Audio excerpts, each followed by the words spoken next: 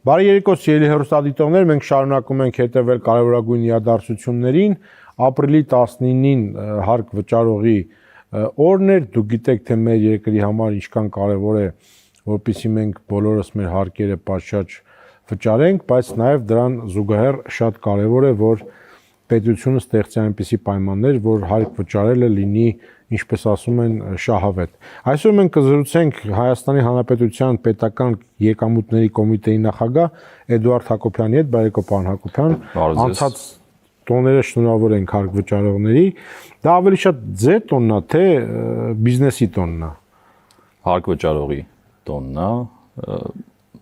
դա վերաբերում է եւ ֆիսկալական անձ հարկ վճարողներին եւ իրավաբանական հարկ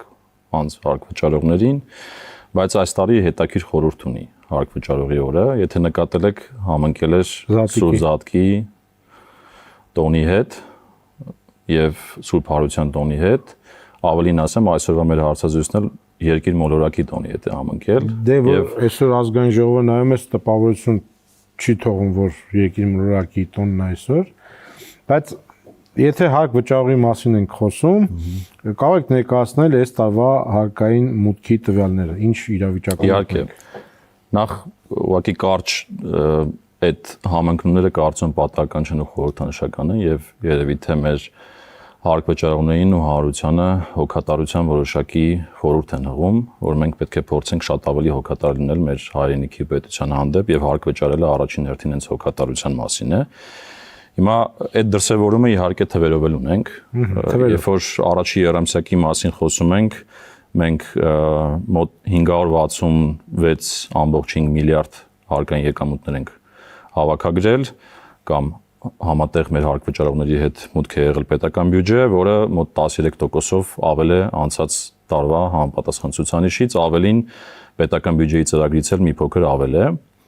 ընդ որում նույն դրական դինամիկան պահպանվում է նաև ապրիլ ամսին եւ հունվար-ապրիլով էլ կարելի ասել այս պահի գնահատականներով ունենք 13%-ից ավել աճեր, որի համար ուզում եմ մեր հարկ վճարողներին շնորհակալություն հայտնել։ Պարոն Հակոբյան, տեսեք, տնտեսությունը այդքան չի զարգացել։ Ավելի շուտ կարելի ասել դրա կեսը, հա, 7%-ի մոտ է։ Բայց հարկերը դուք ասում եք 13%-ով ավելացել է։ Այ սրանից են բողոքում հարկ վճարողները, որ հարկայինը սկսել է ավելի խիստ հարկերը հավաքել, ավելի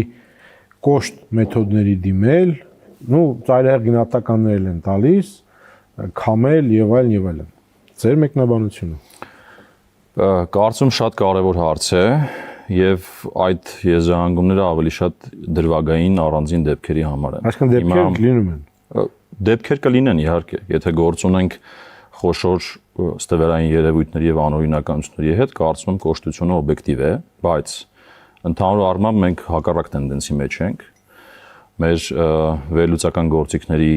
կատարելագործումը իր արդյունքները տալիս է եւ ես մի երկու ցուցանիշ կուզենայի մեջ բերել, օրինակ անցած տարի նույն առաջի երամսյակում 4284 կներեք, այս տարվա առաջի երամսյակում 4284 տնտեսվարողի ենք մենք ստուգել կամ համապատասխան ուսումնասիրություններ արել հեռավար, անցած տարի 7849, այսինքն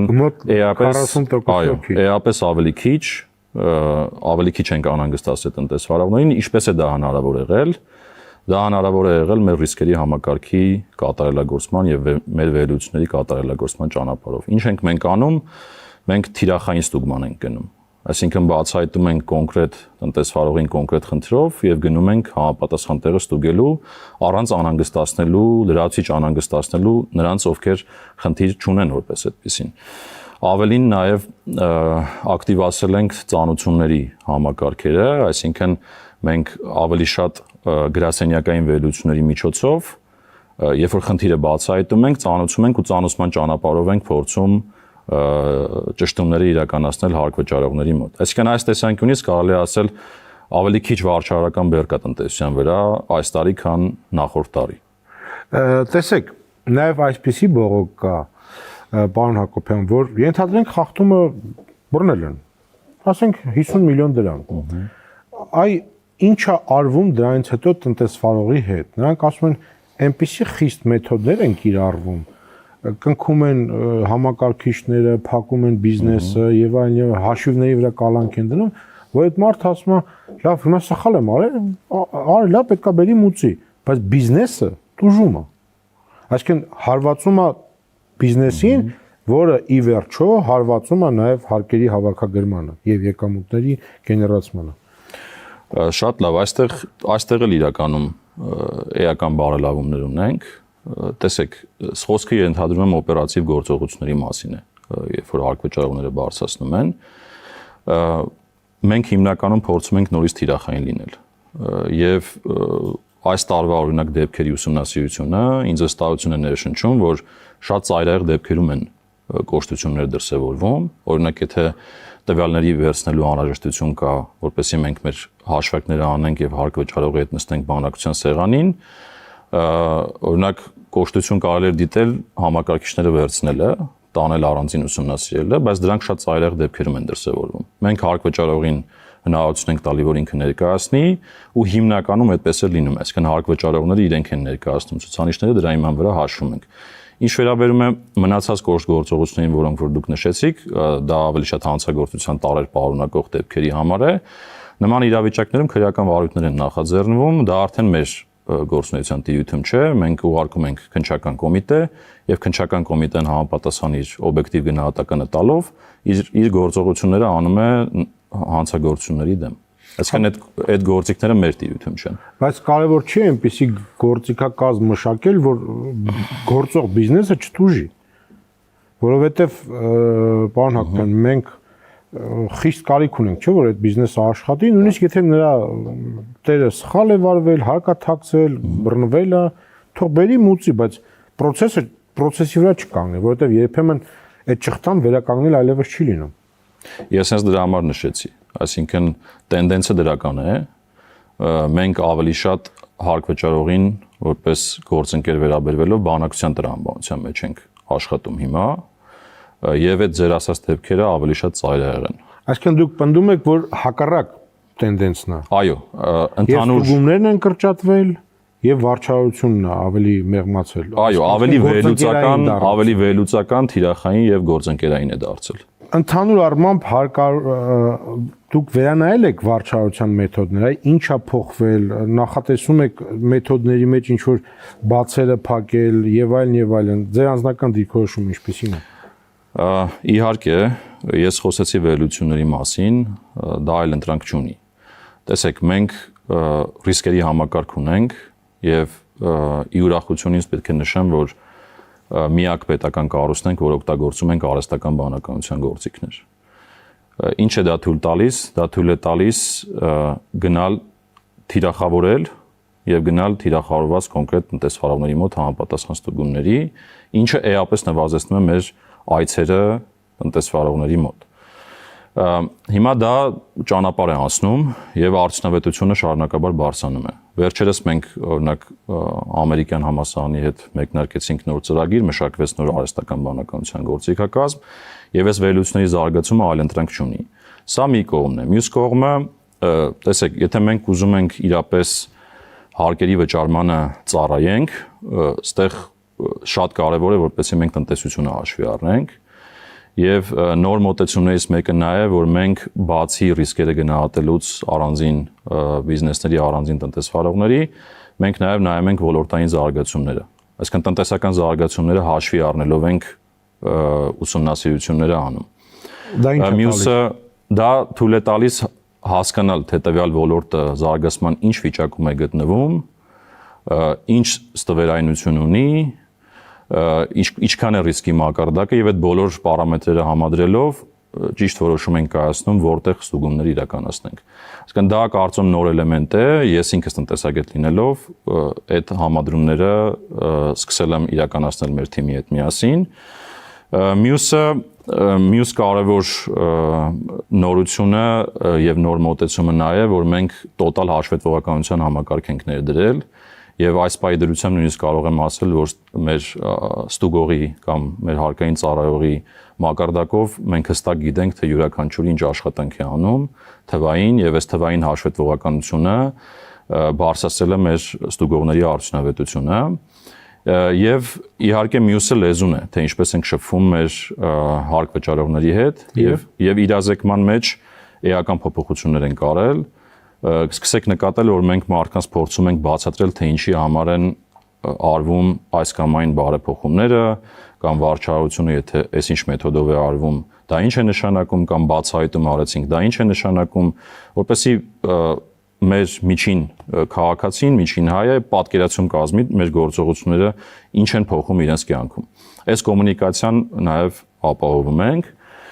եւ մյուսը իհարկե մարդիկ են։ Ինչքանով են մարդիկ հարկային ծառայողները պատրաստ ծառայել, ոչ թե ստուգել, այլ ծառայել հարկ վճարելու մշակույթին, այս տեսանկյունից թիրախավորել ենք եւ արդեն մեկնարկել ենք մոտ 300-ից ավել հարկային ծառայողի պատրաստում ենք իրականացրել, միջև տարավեր ամբողջ հարկային ծառայողներին անցկացնելու ենք այդ համակարգը, որի արդյունքում եւ բարեվարկություն ենք ստուգում, եւ իրենց կարողություններն ենք զարգացնում, եւ նոր հմտություններ ենք զարգացնում, որ թույլ տա ավելի քաղաքակիրթ ձևով իր ստուգումը իրականացնել։ Ինչպիսի գործոններ առհասարակ կարող եք առանձնացնել, որոնք մեր երկրում խանգարում են հարկերի պարտաճանաչ վճարմանը, չէ՞ որ բացի այն, որ բիզնեսմենը ուզում է շատ եկամուտ գեներացնել իր համար եւ քիչ վճարել, դա բնական ցանկություն է։ Կան նաեւ օբյեկտիվ խնդիրներ։ Ես շատ եմ լսել տարբեր բիզնեսմեններից, որոնք ասում են, եթե մենք 100%-ով մաքուր աշխատենք, չենք դիմանա մրցակցությանը։ Չենք կարող։ Այսինքն ոչ թե մենք ուզում ենք, այլ խաղի կանոններն են այդպիսին։ Իրականությունն է այդպիսին։ Ես իրականում չեմ կիսում այդ տեսակետը, բայց այո, տարբեր գնահատումներով մեր մոտ դեռ ստվեր կա։ Այսինքն պետք է հաշվի նստենք դրա հետ։ Եվ քանի որ ստվեր դեռ կա, բայց ի ուրախություն բոլորիս պետք է նշեմ, որ վերջին տարիներին էական տեմպերով նվազում է։ Այս տարի էլ օրինակ, երբ որ նայում ենք մեր բացահայտումները, մոտ 30%-անոց աճեր ունենք մեր բացահայտումների, որը խոսում է ստվերի դեմ պայքարի արդյունքների մասին։ Հիմա դա գործոն է, այսինքն քանի դեռ գործ ունենք ստվերային երևույթների դեմ, դա ստեղծում է որոշակի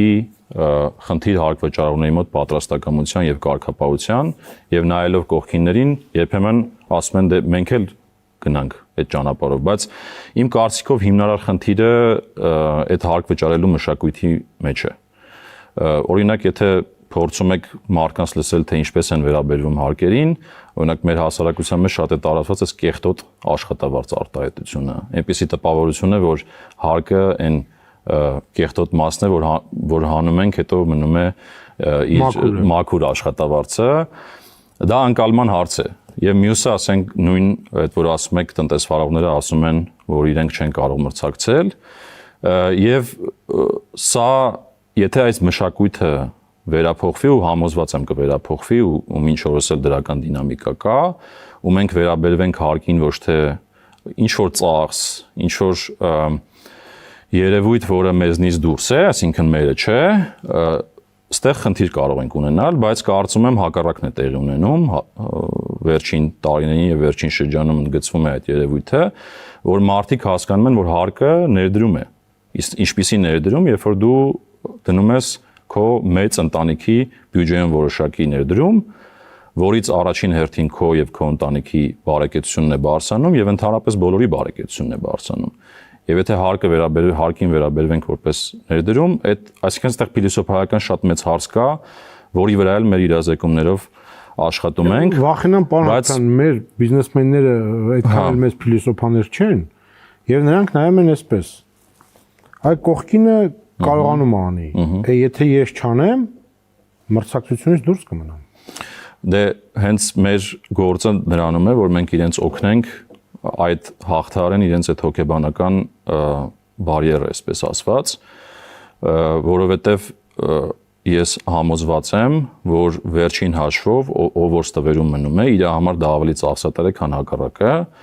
եւ մենք այդ ճանապարհով գնում ենք։ Ինչ է դա նշանակում, երբ որ դու ստվերում ես ու ինչ որ ժամանակ ստվերում մնալով հետո հարկային ստուգման ես ենթարկվում, այդպիսի մեծ բացահայտումներ են լինում, հետո գնում ես ինչ որ ընդհանցակարգերի մեջ ես ընկնում, դատական պրոցեսների մեջ ես ընկնում, կոշտ ինչ-որ երևույթների ես հանդիպում, բացի դա մենք նաև ունենք օրինապահ հարկ վճարողների համակարգ, որը անցած տարի է ներդրվել, որով խրախուսվում է օրինապահությունը, այսինքն ստվերի դեմ պայքար եւ օրինապահության խրախուսում իրար հետ ժամանակի ընթացքում բերելու այնպիսի վիճակի, որ ստվերում մնացողը ավելի է տուժելու եւ այդ ձեր ասած երևույթը կվերանա դրա արդյունքում։ Ինչպես են խրախուսում, երկու ինստիտուտ կա, մեկը լիազորված տնտեսական օպերատորի ինստիտուտն է, դա արտահանումով եւ ներմուծումով զբաղվող տնտեսվարողների համար է, մյուսը օրինապահ հարկ վճարողների ինստիտուտն է, որոշակի չափանիշների արդյունքում իրենք դիմում են պետական եկամուտների կոմիտե եւ ստանում են այդ կարգավիճակը։ Այդ կարգավիճակը ստանալով իրենք ստանում են առավելություններ, օրինակ վարկ վերցնելուց պայմանների որոշակի մեղմացում։ Օրինակ, եթե ունեն խնդիր պետական եկամուտների կոմիտեի հետ, այդ բողոքարկման ընթացքում առաջնահերթ կարգով են ուսումնասիրվում։ Ծանոթություններով ստանում են օրենսդրության փոփոխությունների մասին տեղեկատվություն, ավելի իրազեկված են լինում։ Երբ որ օրինակ մաքսային սպասարկում ենք իրականացնում, իրանց առաջնահերթ կարգով ենք մաքսային սպասարկում իրականացնում ու նմանատիպ գործիքներ, որը նախատեսում ենք ընդլայնել։ Իսկ այնպես դարձնենք, որ օրինապահությունը շատ ավելի մեծ օգուտ բերի, քան հակառակը։ Ձեր երկու թիվ ինձ մի տեսակ անհանգստացրեց։ Դուք ասում եք, որ մոտ 40%-ով քիչ եք ստուգել առաջի երամսյակում եւ 30%-ով ավել ստվեր եք բացահայտել։ Տենց ո՞նց է լինում, որ քիչ եք ստուգել, բայց ավելի շատ եք։ Այնտեղ 40%-ով քիչ ստուգել եք, բայց այդտեղ 30%-ով ավել բացահայտել եք։ Դա հենց խոսում է թիրախայնության մասին։ Այսինքն ճիշտ ոլորտներ, ճիշտ տնտեսվարողներ թիրախավորելու արդյունքում է դա տեղի ունեցել։ Դա թիրախավորման արդյունավետության բարձրացման մասին է խոսում։ Բայց մենք գիտենք, որ դեռևս ստվերային շրջանառություն կա, ՀԴՄ կտրոն չտրամադրելը կա, այ որն է հետագա ռազմավարությունը, որովհետև համաձայն եք, միայն հարկադրանքի մեթոդները բավարար չեն։ Հա։ Դե ինձ թվում է մինչ այս պահը ես ինչ որ ասեցի հարկադրանքի մասին չէր, այլ հակառակը, այսինքն ժամանակի ընթացքում ավելի գիտելիքահեն խելացի գործիքակազմի կիրառումներ ճանապարհը, բայց այնուամենայնիվ ճիշտ եք, դեռ շարունակում են երևույթներ ՀԴՄ օրինակ չխփելու, այս խնդիրը ավելի շատ օրինակ նկատվում է մարզերում կամ գյուղական համայնքներում եւ հիմնական պատճառը նաեւ նա է, որ մենք փոխել ենք մեր մարտավարությունը, նախկինում կային օրինակ տարածքային արկային տեսություններ, գիշեք փակվել է, հիմա թիրախային այցեր են կատարում ու այդ թիրախային այցերի արդյունավետության բարձրացումը կտանի այդ երևույթների աշճանաբար վերացման, բայց ոչ միայն։ Մենք նաև ռեֆորմներ ենք հիմա անում, մասնավորապես խնդիր ենք դրա հասկանալու, օրինակ, երբ որ մարդը վճարում է անում որևէ խանութում պոստտերմինալով, ՀԴՄ-ի հետ միաժամանակյա տեղեկատվություն կա պետական եկամուտների կոմիտե, որը հնարավորություն կտա տեսնել այդ վաճառքները եւ նվազեցնել այդ վարկագիծը եւ սա է հիմնական ճանապարհը, որը հնարավորություն է տալու ժամանակի ընթացքում նվազեցնել, բայց նաեւ այն նորից գալիս ենք այդ հարկ վճարելու մշակույթ ասվածին։ Ես մի օրինակ բերեմ ձեզ, որը իմ հետ պատահել է մի քանի անգամ։ Այ բացում ես կամ մտնում ես խանութ, ինչ որ ծառայություն, ասում են քեշ թե փոխանցումով։ Քեշ մի գինը, փոխանցումով այլ գինը։ Եթե հարկերը նույնն են երկու դեպքում էլ, կարող եք ինձ բացատրել, ո՞նց է այդպես լինում։ Տեսեք, դա նորից այդ նույն վարկագիծն է, որի մասին խոսում ենք։ Ասում եմ, բայց երկու դեպքում նույն հարկը չեք տալու, ասում են դա ձեր խնդրումը չի, եթե քեշ ունեք, կանխիկ տվեք, ավելի էժան է։ Հիմա այդ միտումը դրա մասին կարելի էր ավելի շատ խոսել երևի նախորդող տարիներին, բայց ի ուրախություն մեզ, օրինակ, ես մի երկու ցուցանիշ հնչեցնեմ, որը կարծում եմ ձեր մտահոգությունները կփարատի։ Մասնավորապես մենք, եթե օրինակ նայում ենք ՀԴՄ կտրոնների շրջանառությունը, մոտ 11%-անոց կտրոնների քանակի աճ ունենք, բայց երբ որ նայում ենք դրա մեջ անկանխիկը, 61%-անոց աճ ունենք։ Այսինքն կառավարության այն քաղաքականությունը, որ աշճանաբար անկանխիկի են գնում, գիշեք անկանխիկի շեմ դրվեց, բացի դա բանի քեշբեքի համակարգ ներդրվեց կենսաթոշակառուների համար եւ ընդհանրապես հնարավորություն տրվեց այդ անկանխիկ վճարումների համակարգը զարգացնել։ Դրանք բոլորը բերեցին նրան, որ մենք ունենք մի իրավիճակ, որ հիմա անկանխիկն է աճում։ Այսինքն ընդհանուր վարքագիծը գնում է դեպի անկանխիկ վճարումների։ Բայց իհարկե կան երևույթներ, որոնք կանխիկի են տանում։ Ժամանակի ընթացքում ուղղակի մեր տնտեսվարողները կհասկանան, որ կանխիկով առևտուր անելը շատ ավելի ծախսատար է, շատ ավելի վտանգավոր է, այն նույն տրամաբանությամբ ինչ որ ասեցի, որ իրանք կարող են ստվերում շարունակել մնալ եւ հայտնվել հարկային ստուգումների դաշտում։ Հասարակությունը կարծես թե գրկաբաց չի ընդունում եկամուտների հայտարարման գործընթացը։ Կարող եք ասել ինչու է այդպես, որովհետև տեսեք ընդդիմախոսներն ասում են, որ շահը չկա։ Ինչ է շահում պետությունը։ Եթե չկա, հետեւաբար սա արվում է մարդկանց շարժերը վերահսկելու, հավելյալ հարկեր հետո գեներացնելու եւ այլն եւ այլն եւ այլն։ Ձեր մեկնաբանությունը։ Շատ լավ։ Կարծեմ շատ կարևոր հարց է։ Տեսեք, երբ որ օրինակ նայում ենք անցած տարվա վարքագծին, մարդկանց հայտարարում լրացնելու, դրա համեմատության մեջ էապես ավելի բարձր են ցուցանիշները, բայց մենք մեր ազգը, մեր հասարակությունը մի այսպիսի մշակույթ ունի, որ սպասում է վերջնաժամկետին մոտենա եւ այդ ժամանակ սկսում են մեծ թափով լրացնել հայտարարները։ Հիմա այդ երևույթը անցած տարի եղել է։ Այսօր դուք էլ հետևած կլինեք, ազգային ժողովում քննարկվեց նաեւ այդ ժամկետի երկարացման հարցը, ու կարծում եմ այդ ժամկետին ինչքան մոտենանք, այնքան ցուցանիշները կմեծանան, բայց կարևորը դինամիկան է, օրինակ շաբաթական մենք հետևում ենք ցուցանիշներին, այս պահի դրությամբ մոտ 33,000-ից ավել մարդ քաղաքացի արդեն հայտարարագիր լրացել է, որից մոտ 14-15,000-ը սոցիալական կրեդիտներ են ստացել, եւ ամեն շաբաթվա վիճակագրությունը երբ որ նայում ենք, ցուցանիշները անընդհատ ավելանում են։ Այսինքն այդ գումարները կրթությունից, առողջապահություն զբաղվում եք եք ստացել։ Միանշանակ ու երբ որ ասում ենք շահ, երկու տեսակի շահ կա։ Նախ մարդը ինքը հնարավորություն է ստանում այդ վերադարձները ստանալ, սոցիալական կրեդիտները ստանալ եւ ուղղել իր ու իր ընտանիքի անդամների կրթության կամ մշակութային կամ սպորտային առանձին խմբակներ օրինակ գնալուն։ Իսկ պետության դեպքում կարծեմ այստեղ տաղավարում էլ առիթ ունեցանք շատ մանրամասն խոսելու թե ինչ է տալիս, դա պետությանը հնարավորություն է տալիս ավելի լավ ճանաչել հասարակությանը եւ իր հարկային եւ ծախսային գործիքները ավելի թիրախային դարձնել։ Այն դիմությունը ասում է, որ դուք բոլոր գործիքները ունեք լավ ճանաչելու համար։ Ինչի համար է այս հավելյալը։ Իրականում չունենք, որովհետեւ եթե փորձեք օրինակ հիմա պաշտոնական վիճակագրությունը նայել, թե ինչ ցուցանիշներ ունենք հասարակության տարբեր խմբերի կամ մարդկանց եկամուտների մասին, մենք ահռելի տեղեկատվության չենք տիրապետում։ Այսինքն այդ կողմնակի եկամուտները իրենց, որոնք ոչ աշխատավարձային են, շատ դեպքերում տեսանելի չեն։ Եվ սա հնարավորություն է, որպեսզի իրենք հայտարարագրեն եւ պետությունը տեսնի օրինակ ինչ սոցիալական կարգավիճակ իրենք ունեն եւ ինչ գործիքներով կարող է իրեն աջակցել։ Չի հարկվելու։ Միանշանակ կառավարությունը հստակ հայտարարել է, որ սա լրացուցիչ հարկման գործիք չէ։ Հակառակը ճանաչելու, ավելի թիրախային դարձնելու, քաղաքականությունը ավելի թիրախային դարձնելու։ Բայց համաձայն եք, երբ պետությունը ասում է, ես պետքա քեզ ավելի մոտիկից քո ֆինանսները ճանաչեմ, մարդու մոտ այդպես հաճելի դրական բաներ չի առաջանում։ Դե տեսեք, ստեղ էլ այդ փիլիսոփայական հարցը կա։ Ով է պետությունը։ Իսկ թվում է պետությունը հասարակության ծնունդ է եւ պետությունը հենց մարդկանցն է։ Եթե իրանք այդպես են վերաբերվում ու կարծեմ բազմաթիվ մարդիկ կան, որ այդպես են վերաբերվում, այդ խնդիրը միանգամից վերանում է։ Ինչ խնդիր կա օրինակ պետության հետ թափանցիկ լինելու։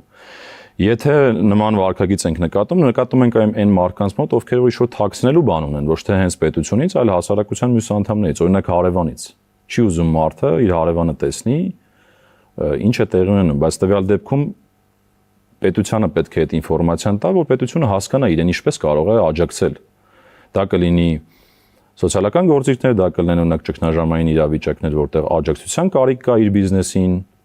իր ընտանիքի անդամներին, սա է։